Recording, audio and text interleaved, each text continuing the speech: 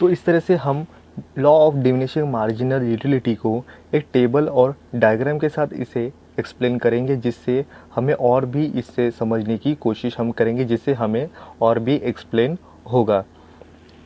तो illustration of the law of diminishing marginal utility का ये टेबल यहाँ पे फर्स्ट इसमें हमें दिखाता है कंजम्पशन ऑफ द मैंगो की कंजम्पशन जो पर यूनिट के साथ हमें एक्सप्लेन होता है।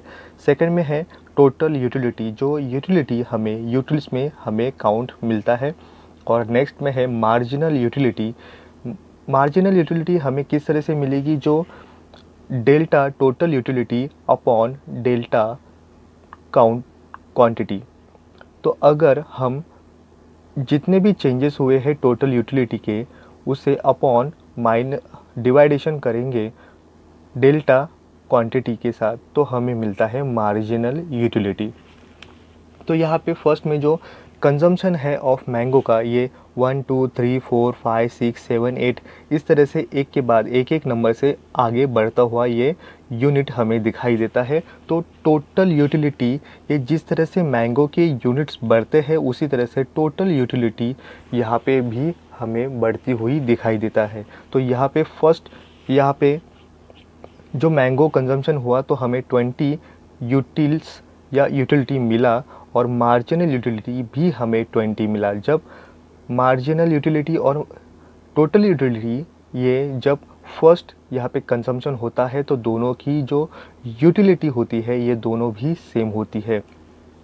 बट जब यहाँ पे सेकेंड हमने मैंगो यहाँ पे कंज्यूम किया, तो कंज्यूम करने के साथ साथ टोटल यूटिलिटी हमें फर्स्ट में 20 तो सेकेंड में 38 यूटिलिटी यहाँ पे टोटल यूटिलिटी बढ़ती हुई दिखाई देती है। बट सेकेंड यहाँ पे जब कंज्यूम किया जाता है मैंगो, तब मार्जिनल यूटिलिटी ये डिक्लेन करती है, क्योंकि फर्स्ट में जितना यूटिलिटी हमें मिला तो सेकेंड में ये यूटिलिटी उतना ही नहीं मिलता है, उससे भी कम हमें सेटिस्फैक्शन घटता हुआ दिखाई देता है। तो फर्स्ट में मार्जिनल यूटिलिटी 20 तो सेकेंड में हमें 18 यहाँ पे मार्जिनल यूटिलिटी मिलती है। तो उसी तरह से जब हमने थर्ड वाला जो मैंगो अगर कंज्यूम किया तो हमें टोटल यूटिलिटी 53 तो मार्जिनल यूटिलिटी और भी घटी हुई 15 मिली, तो टोटल यूटिलिटी हमें बढ़ती हुई 53।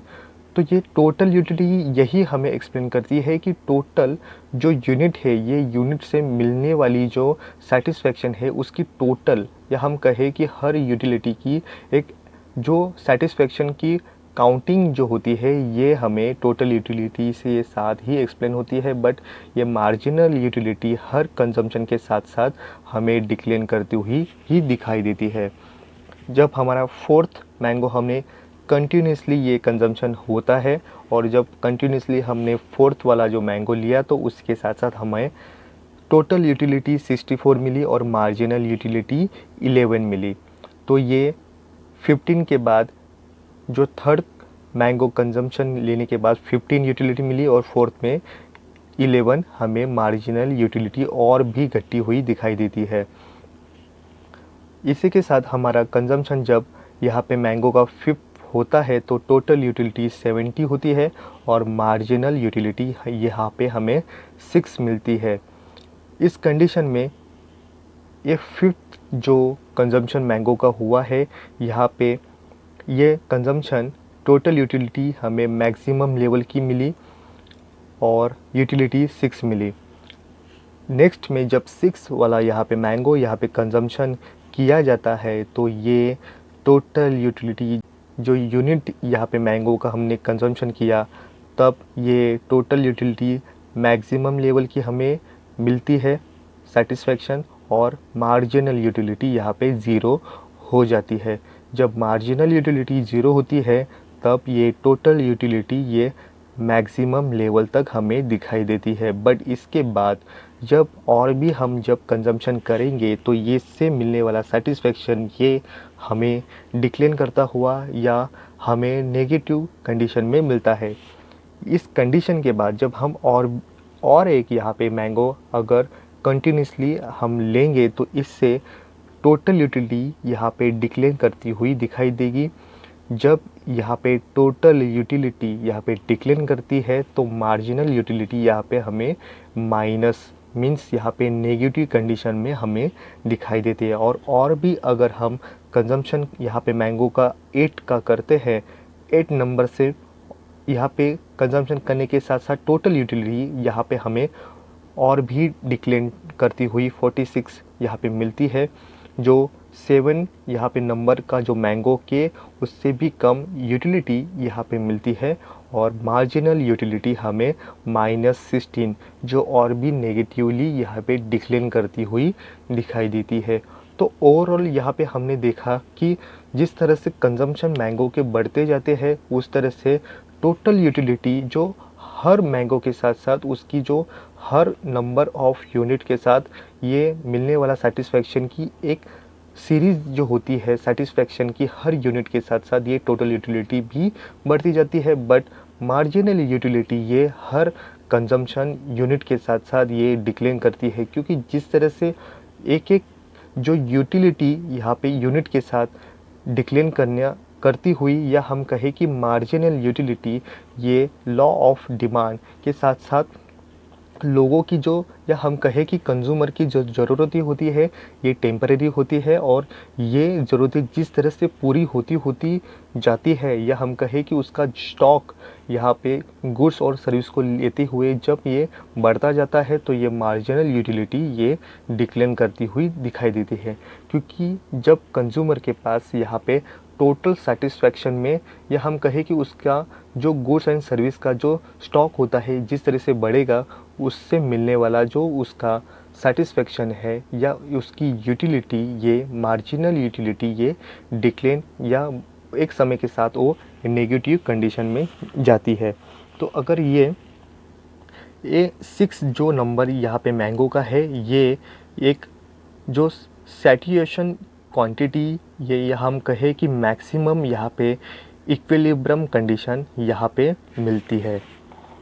ये कंडीशन यहाँ पे जो कंज्यूमर है मैंगो का लेने वाला, उसकी एक ऐसी लेवल तक वो पहुँच जाता है जहाँ पे उसको अब इनफ करना होता है कंजम्पशन, या हम कहें कि ये कंजम्पशन उसे अभी स्टॉप कर देना चाहिए। अगर उसके बाद भी अगर वो यहाँ पे कंजम्पशन स्टॉप नहीं करेगा, तो उससे आने वाला जो रिज़ल्ट होता है, ये रिज़ल्ट पूरी तरीके से यहाँ पे नेगेटिवली उसे एक्सेप्ट करना होगा, और उसके साइड इफ़ेक्ट भी हो सकते हैं।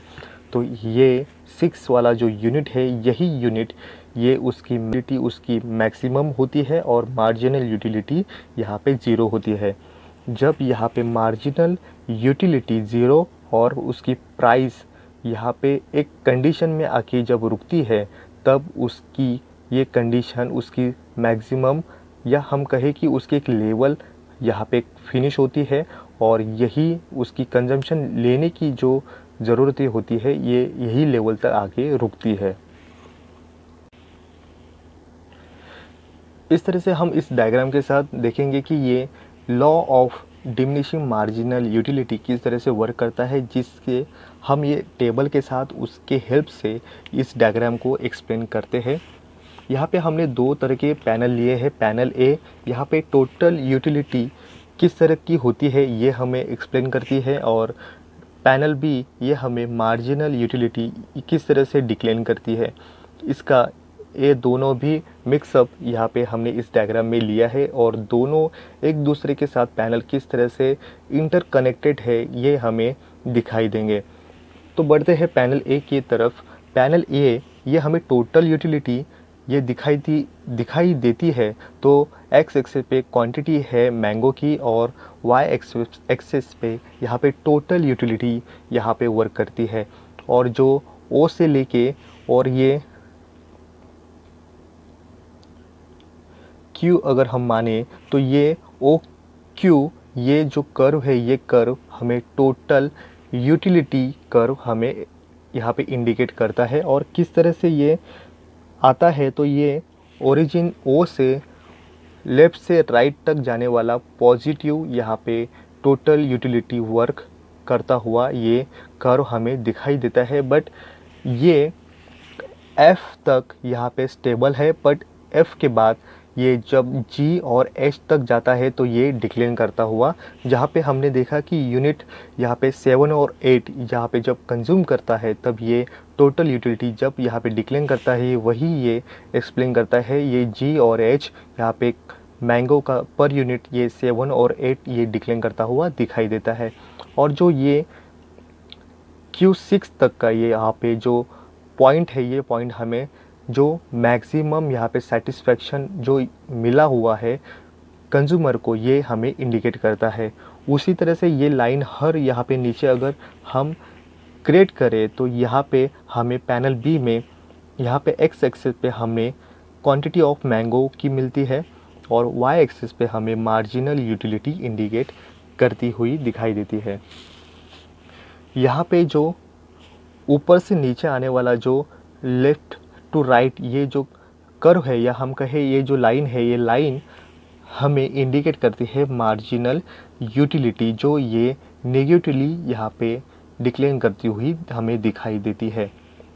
तो यहाँ पे ये Q1, Q2, Q3, Q4, Q5, Q6, Q7, Q8 ये जो नंबर है, ये नंबर हमें क्वांटिटी या हम कहें कि ये नंबर ऑफ पर यूनिट ये इंडिकेट करते हैं। जो कंजम्पशन मैंगो का है, ये मैंगो की क्वांटिटी जिस तरह से बढ़ती है उस तरह से दोनों किस तरह के रिएक्ट करते हैं ये हमें दिखाई देते हैं। जब यहाँ पे हमने देखा कि जब हमने पर यूनिट जो फर्स्ट हमने कंजम्पशन लिया तो हमारा टोटल यूटिलिटी ये हमें Q1 को ए पॉइंट तक हमें दिखाई देता है और हमारा जो मार्जिनल यूटिलिटी ये भी 20 दिखाई देता है और टोटल यूटिलिटी भी हमें 20 दिखाई देता है। हम अगर इसे जोड़े तो ये 20 होगा। और उसी तरह से जब हम सेकेंड यहाँ पे कंज्यूम करते हैं मैंगो तो ये टोटल यूटिलिटी हमें 38 मिलता है। तो हम इसे जोड़े तो ये 38 होगा। बट यहाँ पे जब सेकेंड हमने जब यहाँ पे कंज्यूम किया है मैंगो तो मैंगो के सेकेंड कंजम्पशन के साथ साथ यहाँ पे मार्जिनल यूटिलिटी ये डिक्लेयर करती हुई जो हमें मिली हुई फर्स्ट 20 के बाद ये सेकेंड जो यूनिट हमने कंज्यूम किया है मैंगो का तो उससे मार्जिनल यूटिलिटी डिक्लेयर करती हुई हमें मिला हुआ जो यूटिलिटी है ये 18 मार्जिनल यूटिलिटी हमें 18 मिला है, जो इंडिकेट करता है जो कर्व है मार्जिनल यूटिलिटी का ये Q पॉइंट तक हमें ये 18 मिला हुआ हमें एक्सप्लेन या इंडिकेट करता है। उसी तरह से हमने जब थर्ड यहाँ पे कंज्यूम किया है मैंगो तो मैंगो Q3 तक ये कंजम्पशन हमें C पॉइंट में मिलता है और ये C पॉइंट अगर हम जोड़े तो ये टोटल यूटिलिटी 53 हमें इंडिकेट करती है। और जो मार्जिनल यूटिलिटी है इसके साथ साथ Q3 तक इसके साथ हमें R पॉइंट में ये और भी डिक्लेयर करती हुई ये मार्जिनल यूटिलिटी 15 मिली, जो Q3 इस कंजम्पशन के साथ साथ R पॉइंट में हमें 15 ये मार्जिनल यूटिलिटी और भी जो ऊपर से नीचे यहाँ पे डिक्लेयर करती हुई ये मार्जिनल यूटिलिटी हमें दिखाई देती है। उसी तरह से फोर्थ हमने जब यहाँ पे कंज्यूम किया तो हमें टोटल यूटिलिटी 64, तो ये हमें कंडीशन यहाँ पे 64 मिली टोटल यूटिलिटी। बट यहाँ पे और भी घटी हुई मार्जिनल यूटिलिटी यहाँ पे एस पॉइंट में 11 यहाँ पे पॉइंट हमें यूटिल्स हमें मिलते हैं सेटिस्फेक्शन के। तो उसी के साथ जब हम और भी यहाँ पे फिफ्थ वाला जो कंजम्पशन करेंगे तो यहाँ पे बढ़ती हुई जो कंजम्पशन है ये 70 यहाँ पे मिलती है।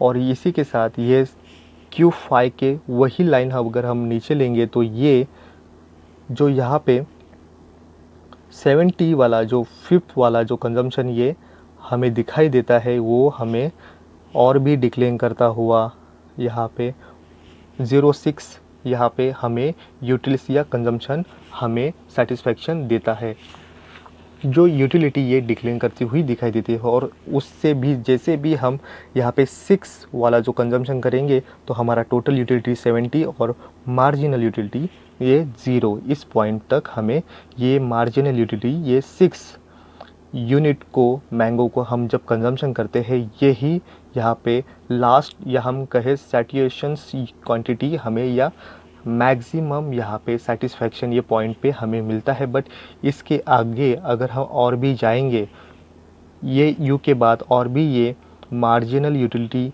ये जब हम कंज्यूम करेंगे एक यूनिट और तो हम यहाँ पे नेगेटिव हमें इसकी रिएक्शन मिलेगी, तो ये डिक्लाइन करना और भी स्टार्ट कर देगी। तो हमारा 7 जब हम कंज्यूम करेंगे तो टोटल यूटिलिटी भी हमें डिक्लाइन करती हुई दिखाई देगी, जो यहाँ पे जी पॉइंट ये 7 कंजम्पशन का लिया हुआ हमें डिक्लाइन करता है, जो ऐप से एफ ये ऐसा पॉइंट है जहाँ पे मैक्सिमम सेटिस्फेक्शन हमें मिला है। बट इसके बाद जब हम और भी कंज्यूम करेंगे यूनिट ऑफ मैंगो तो ये उसकी जो मिलने वाली यूटिलिटी है ये डिक्लेन करेगी जी पॉइंट। तो ये एफ और जी में यही फ़र्क यहाँ पे डिक्लेन करता हुआ जब टोटल यूटिलिटी डिक्लेन करती है तो ये मार्जिनल यूटिलिटी ये माइनस में जाती है। तो ये माइनस हमें -8 ये हमें यूटिलिटी यहाँ पे मार्जिनल यूटिलिटी यहाँ पे इससे हमें मिलती है। और भी अगर हम कंज्यूम करें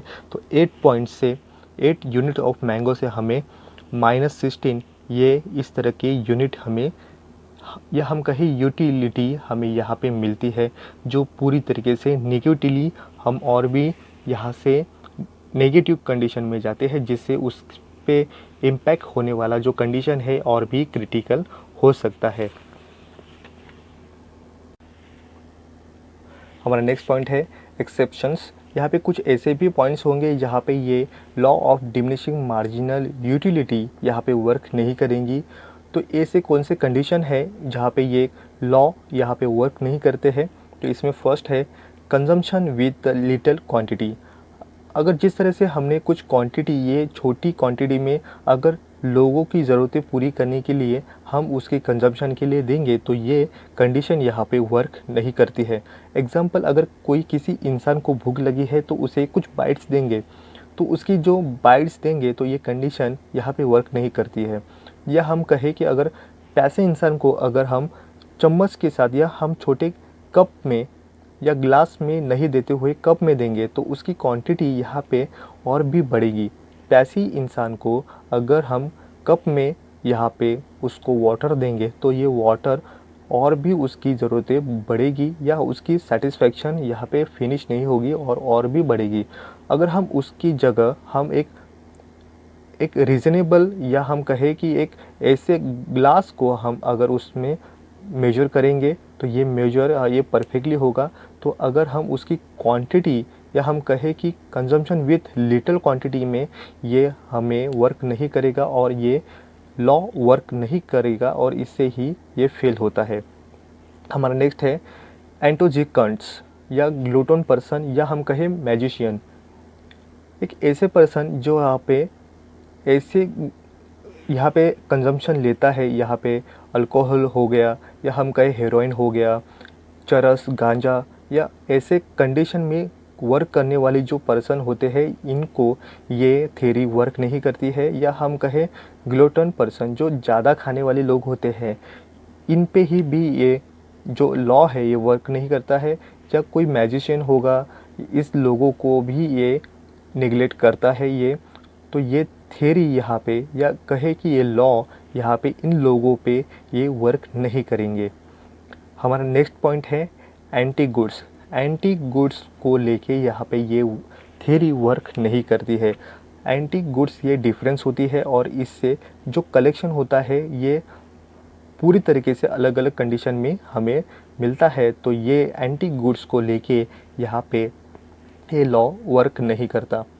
नेक्स्ट पॉइंट है मनी। मनी को लेके ये जो लॉ है ये भी वर्क नहीं करता है, क्योंकि जिस तरह से मनी लोगों के पास बढ़ती जाती है उस तरह से लोगों का सेटिस्फेक्शन यहाँ पे और भी बढ़ता हुआ दिखाई देता है। और लोगों की मनी जिस तरह से मिलेंगी और भी चाहिए तो ये सेटिस्फेक्शन और भी बढ़ता हुआ दिखाई देता है। तो मनी इस कॉन्सेप्ट को यहाँ पे पूरी तरीके से वर्क नहीं करती है।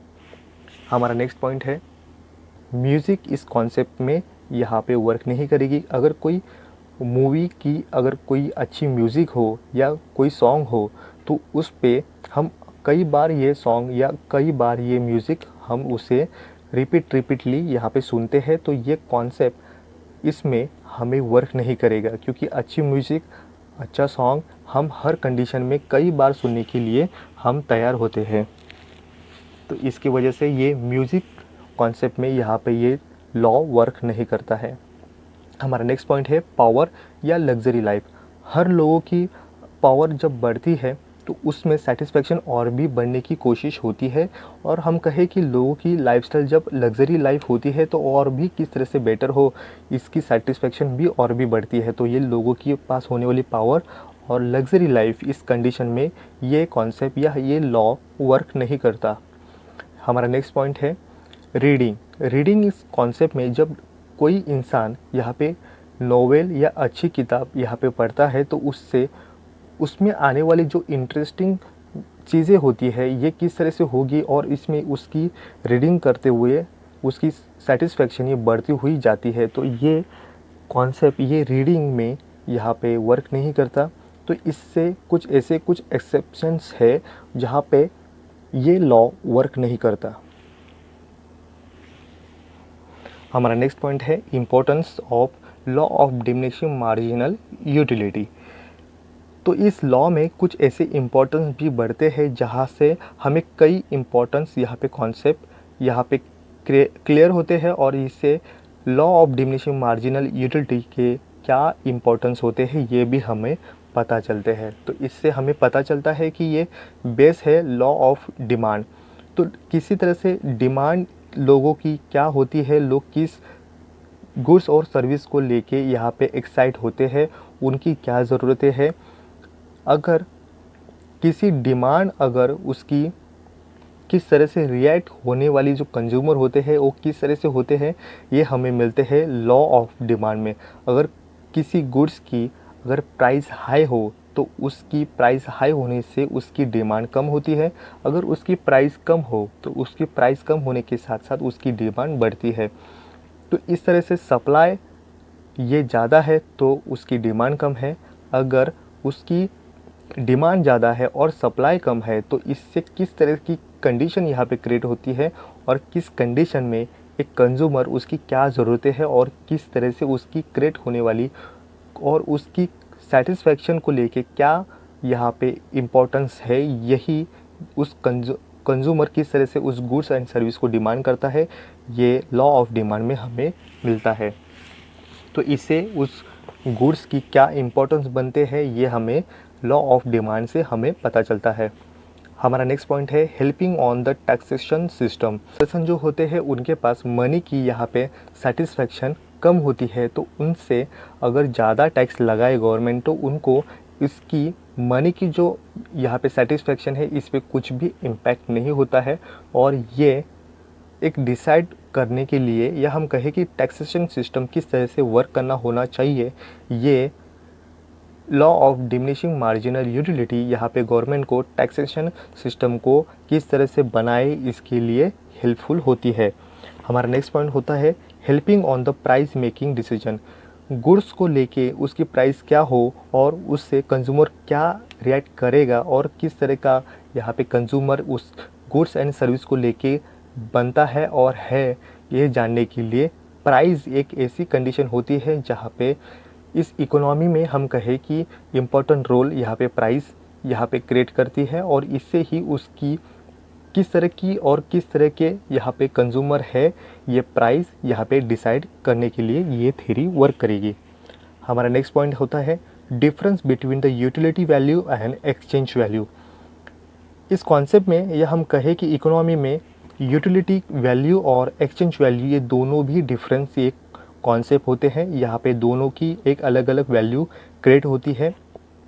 जिस तरह से एडम स्मिथ इन्होंने वाटर डायमंड ये कॉन्सेप्ट दिया है, इसमें किस तरह की उनकी यूटिलिटी वैल्यू है और एक्सचेंज वैल्यू क्या है, इससे हमें ये कॉन्सेप्ट से हमें ये दोनों मेथड हमें क्लियर होते हैं। क्योंकि डायमंड की ज़रूरत लोगों को नहीं है बट उसकी एक्सचेंज वैल्यू ज़्यादा है, उसकी यूटिलिटी वैल्यू कम होती है।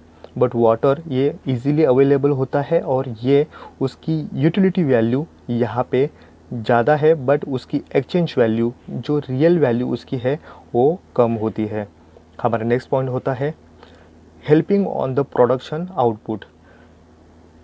जो ये लॉ है, ये लॉ यहाँ पे किसी गुड्स की या सर्विस की प्रोडक्शन लेने के लिए किस तरह का आउटपुट होना चाहिए और किस तरह से उसका प्रोडक्शन ले, इसके लिए भी ये लॉ यहाँ पे हेल्प करता है। अगर किसी गुड्स को लेके यहाँ पे उसकी प्रोडक्शन अगर सप्लाई और डिमांड ये क्रिएट नहीं करेगी तो उसकी इक्विपमेंट जो प्रोडक्शन की होती है और दूसरे सेक्टर में यहाँ पे घुमाया जा सकता है। तो इसके लिए ये भी प्रोडक्शन फैक्टर को या आउटपुट को किस तरह से होना चाहिए, इसके लिए भी ये लॉ यहाँ पे हेल्प करता है। तो इसी तरह से कई यहाँ पे कॉन्सेप्ट को अगर देखें तो किस तरह से ये हेल्पफुल भी होती है और ये यहाँ पे कुछ अजम्पशन पे यहाँ पे कई इकोनॉमिक्स यहाँ पे क्रिटिक्स भी करते हैं। तो इसके कुछ क्रिटिक्स यहाँ पे किए गए हैं, वो किस तरह से है ये नेक्स्ट ये पॉइंट्स के साथ हमें मिलते हैं। तो यहाँ पे उसकी क्रिटिक्स यहाँ पे फर्स्ट पॉइंट हमें बनता है कि utility can not be measure in the cardinal method. कई इकोनॉमिक्स कहते हैं कि ये जो यूटिलिटी होती है ये से हम कार्डिनली यहाँ पे मेजर करना यहाँ पे परफेक्टली नहीं मिलता है। तो कई इकोनॉमिक्स या हम कहे हिक्स एंड एलन, इन्होंने ऑर्डिनल मेथड से हमें यहाँ पे ये यूटिलिटी कॉन्सेप्ट को यहाँ पे काउंट कर सकते हैं, यहाँ पे एक ऑप्शन दिया है। तो कई इकोनॉमिक्स यहाँ पे इसे कार्डिनल मेथड को यहाँ पे रॉन्ग समझते हैं, बट मार्शल अपने इस कॉन्सेप्ट को हम कहते हैं कि मार्शल कार्डिनल मेथड ही बेस्ट मेथड होता है, इस तरह से उन्होंने एक्सप्लेन किया है। बट कई इकोनॉमिक्स ऑर्डिनल मेथड को ही यहाँ पे इनडिफरेंस कर्व के साथ यहाँ पे एक्सप्लेन करते हैं, जो कंपैरिजन करने के साथ साथ हम यूटिलिटी किस तरह से हम सेटिस्फैक्शन मिलते हैं ये जानने के लिए इनडिफरेंस कर्व के साथ भी इसे देखा जाता है। हमारा नेक्स्ट पॉइंट है money is not the complete measure of the utility. Money एक ऐसी कॉन्सेप्ट है या हम कहें मेथड होती है मेड ऑफ एक्सचेंज, या हम कहें कि एक गुड्स और सर्विस लेने के लिए हम मनी इस कॉन्सेप्ट को यहाँ पे यूज़ करते हैं। बट किस तरह की यहाँ पे यूटिलिटी को हम खरीदते हैं ये मनी के साथ हम इसे एक्सप्लेन कर नहीं सकते हैं और ना ही उससे मेजर कर सकते हैं यूटिलिटी को। हमारा नेक्स्ट पॉइंट है अज्यूम किया गया था constant marginal utility of money. यहाँ पे जो अज्यूम किया गया था कि मार्जिनल यूटिलिटी ऑफ मनी है ये कांस्टेंट होती है। कोई पर्सन जब गुड्स एंड सर्विस को कंज्यूम करता है तो उस कंज्यूम करने के लिए वो मनी को यहाँ पे मेथड यूज़ करता है। एक एक्सचेंज या हम कहें मोड ऑफ यहाँ पे एक्सचेंज का यहाँ पे रोल मनी का होता है। बट ये मनी इसकी वैल्यू ना ही बढ़ती है ना ही घटती है। फॉरेन ट्रेड के जो एक्सचेंज वैल्यू होती है इसमें उसमें कुछ भी चेंजेस नहीं आते हैं। तो इसीलिए ये अज्यूम करते हैं कि ये कांस्टेंट होता है मार्जिनल यूटिलिटी ऑफ मनी। जो मनी की वैल्यू है उस कंट्री को लेके ये कांस्टेंट होती है, इसमें कुछ भी चेंज नहीं होते। बट ये रियलिस्टिक नहीं होता है। मनी की वैल्यू हम कहें कि फॉरेन वैल्यू के साथ साथ बढ़ती और घटती हुई दिखाई देती है। हमारा नेक्स्ट पॉइंट होता है rational consumer of is not a possible concept. इस कॉन्सेप्ट में या हम कहें या लॉ में यहाँ पे अज्यूम किया गया था कि ये जो कंज्यूमर होता है ये रैशनली होता है, उसको हर गुड्स के बारे में हर जानकारी होती है। बट ये रियलिस्टिक कॉन्सेप्ट नहीं है, क्योंकि हर कंज्यूमर हर गुड्स के बारे में एक परफेक्टली उसकी जो नॉलेज होती है ये परफेक्टली नहीं हो सकती है। इसमें कुछ प्रॉब्लम भी यहाँ पे दिखाई दे सकते हैं। हमारा नेक्स्ट पॉइंट है अज्यूम किया गया है कि इंडिपेंडेंट होती है यूटिलिटी। यूटिलिटी यहाँ पे इस कॉन्सेप्ट में पूरी तरीके से इंडिपेंडेंट है, ये एक दूसरे को कुछ भी रिएक्ट नहीं करती है। बट ये पूरी तरीके से रॉन्ग होता है। हर यूटिलिटी एक दूसरे को इंडिपेंडेंट नहीं होती है, ये पूरी तरीके से एक दूसरे पे डिपेंड होती है यूटिलिटी। इस तरह की यूटिलिटी हमें दिखाई दे सकती है। हमारा नेक्स्ट पॉइंट है अज्यूम किया गया है फिक्स इनकम एंड प्राइस। यहाँ पे इस कॉन्सेप्ट में जहाँ पे लोगों की इनकम फिक्स है उसमें कुछ भी चेंजेस नहीं होंगे और जो कमोडिटी है उसकी प्राइस ये फिक्स होती है, ऐसा अज्यूम किया गया है। बट ऐसा नहीं होता है, लोगों की इनकम भी बढ़ सकती है और कमोडिटी के प्राइस भी बढ़ सकते हैं घट सकते हैं। इस तरह की कंडीशन भी हमें दिखाई दे सकती है। जो ये कंडीशन रियलिस्टिक है बट यहाँ पे कांस्टेंट समझा गया है, ये रियलिस्टिक नहीं हो सकता। हमारा नेक्स्ट पॉइंट है know explain about given goods. Given goods हमें एक्सप्लेन करता है कि जो लो लेवल के जो गुड्स होते हैं ये भी कंज्यूमर यहाँ पे कंज्यूम करते हैं, या हम कहें कि इसको भी यहाँ पे यूज़ कर सकते हैं। बट यहाँ पे गिवन गुड्स के बारे में कोई भी ये कॉन्सेप्ट या फोकस नहीं करती है, ना ही इसके बारे में एक्सप्लेन करती है। हमारा नेक्स्ट पॉइंट होता है utility analyse assume much but pro very less concept. Utility analyse जो होती है यहाँ पे कई बड़े बड़े यहाँ पे अजम्पशन लेते हैं जो रियलिस्टिक नहीं होते हैं, बट ये अजम्पशन लेके भी यहाँ पे कुछ ऐसी कंडीशन को यहाँ पे प्रूफ नहीं करते हैं जो रियलिस्टिक हो। बट एक डेली रूटीन के साथ साथ इसकी एक कॉन्सेप्ट यहाँ पे अटैच है, और इससे हमें जो डेली रूटीन में होने वाली कंडीशन है इसे ये सिर्फ एक्सप्लेन करते हैं, बट कई अजम्पशन यहाँ पे लेके ये थ्योरी यहाँ पे कंप्लीट होती है। हमारा नेक्स्ट पॉइंट है assume all commodity in same size. यहाँ पे अज्यूम किया गया है कि जो कंज्यूमर यहाँ पे जो कमोडिटी को कंज्यूम करता है ये इसकी सब उसका रंग, उसका टेस्ट, उसकी क्वालिटी, उसकी जो दर्जा होता है ये सभी तरीके से उसकी एक सेम कंडीशन में होती है। ये रियलिस्टिक नहीं होता है। अगर हम अज्यूम भी कर ले कि हर एप्पल एक जैसे है, बट इसकी हर कंडीशन, उसकी टेस्ट, उसकी जो चेंजेस है, उसके जो टेस्ट होता है इसमें भी डिफरेंस हमें दिखाई देते हैं।